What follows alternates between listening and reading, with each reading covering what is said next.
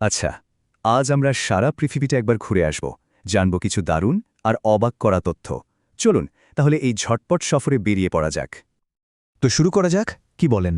একদম গোড়া থেকে শুরু করি। মানে আমাদের এই বিশাল পৃথিবীকে যদি আমরা ওপর থেকে দেখি তাহলে কেমন লাগবে? আমাদের এই পৃথিবীটা তো আসলে দারুণ সব তথ্যে ভরা, তাই না? তো আমরা খুব দ্রুত কিছু তথ্য জেনে নেব, দেখা যাক এর মধ্যে কোনটা একদম নতুন লাগছে। প্রথমেই আসি আমাদের এই গ্রহের কথায়। এর বিশালতা আর প্রাকৃতিক সৌন্দর্যগুলো আসলে অবাক করার মতো।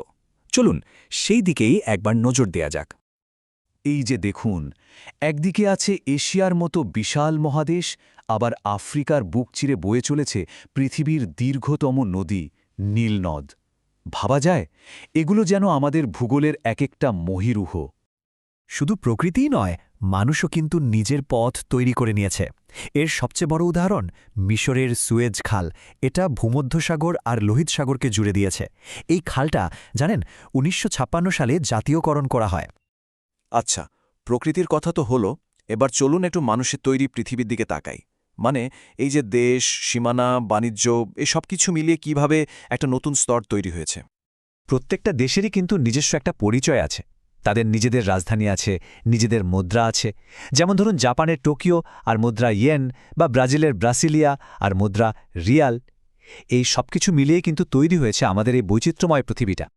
এখন প্রশ্ন হল, এতগুলো দেশ, এত ভিন্নতা, এদের মধ্যে সম্পর্কটা ঠিক কিভাবে কাজ করে, কিভাবে তারা একসাথে চলে?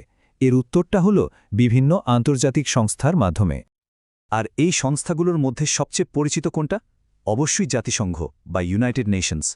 এটা তৈরি হয়েছিল ১৯৪৫ সালের ২৪শে অক্টোবর, আর এর হেডকোয়ার্টার হল নিউ ইয়র্কে। কিন্তু জাতিসংঘ আসলে করেটা কি? এর লক্ষ্য কিন্তু অনেক বড়। সারা পৃথিবীতে শান্তি বজায় রাখা, নিরাপত্তা নিশ্চিত করা আর দেশগুলোর মধ্যে সহযোগিতা বাড়ানো। এর মধ্যে একটা খুব গুরুত্বপূর্ণ অংশ হল নিরাপত্তা পরিষদ, আর এই পরিষদের ৫টি স্থায়ী সদস্য দেশ আছে: চীন, ফ্রান্স, রাশিয়া, যুক্তরাজ্য আর মার্কিন যুক্তরাষ্ট্র। এদের প্রত্যেকের কাছে একটা বিশেষ ক্ষমতা আছে, যাকে বলে ভেটো। আচ্ছা, অনেক তো গুরুগম্ভীর আলোচনা হলো, এবার কিছু মজার জিনিস জানা যাক, কি বলেন? পৃথিবীতে এমন অনেক জায়গা আছে যাদের খুব সুন্দর সুন্দর ডাকনাম আছে, আর এই নামগুলো কিন্তু ওই জায়গাটার আসল পরিচয়টাই তুলে ধরে। এই যেমন ধরুন, থাইল্যান্ডকে বলা হয় হাসির দেশ, কি সুন্দর না? কিংবা জাপানকে বলা হয় উদীয়মান সূর্যের দেশ। আবার পৃথিবীর ছাদ বলা হয় পামির মালভূমিকে।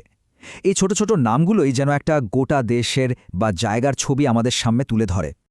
তো এই যে আমরা একটা ছোট্ট সফরে বেরোলাম, এটা তো আসলে বিশাল পৃথিবীর সামান্য একটু ঝলক মাত্র।